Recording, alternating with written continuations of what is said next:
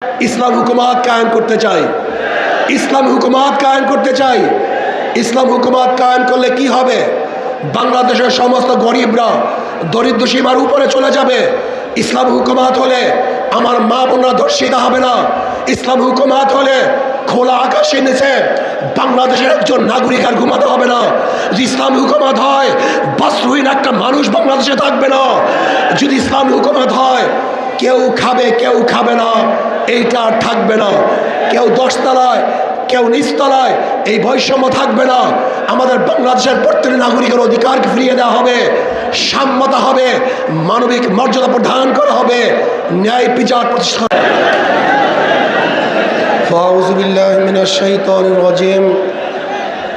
বিসমিল্লাহির রহমানির রহিম। ওয়ালা তাহিনু ওয়ালা তাহজানু ওয়া আনতুমুল আ'লাউনা ইন কুনতুম মুমিনিন। সাদাকাল্লাহুল আলিয়্যুল আযীম। সবাই পড়ি সাল্লাল্লাহু আলাইহি ওয়াসাল্লাম। 8 দল কর্তৃক আয়োজিত আজকে এই মহাসমুদ্রের সম্মানিত সভাপতি, প্রধান অতিথি, সকল দলের নেতৃবৃন্দ, উপবিষ্ট ইসলাম প্রিয় দেশপ্রেমী ভাইয়েরা আমার, আমরা বারবার ভূখণ্ডকে স্বাধীন করেছিলাম। ব্রিটিশের বিরুদ্ধে আন্দোলনের সূচনা মুসলমানই করেছিল। ভেবেছিলাম ব্রিটিশ এদেশ থেকে পালালি মানুষ শান্তি পাবে, মুক্তি পাবে। কিন্তু আমরা কি দেখলাম?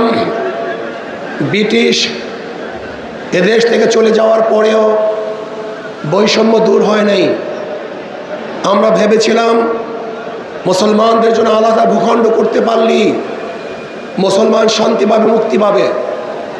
মুসলমানের আন্দোলনের কারণেই আমরা পাকিস্তান পেয়েছিলাম। কিন্তু আমরা কি দেখলাম? বৈষম্য দূর হয় নাই।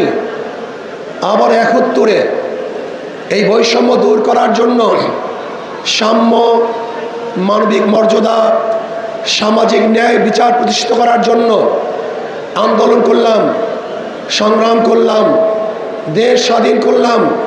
ভেবেছিলাম বৈষম্য দূর হবে, মানুষ মুক্তি পাবে, শান্তি পাবে। কিন্তু আমরা কি দেখলাম? সেই 71 থেকে 2024 পর্যন্ত যারা শাসক ছিল, যেই দলগুলি শাসন করেছে, মানুষের বৈষম্য দূর করতে পারে নাই, মানুষকে শান্তি দিতে পারে নাই, মুক্তি দিতে পারে নাই।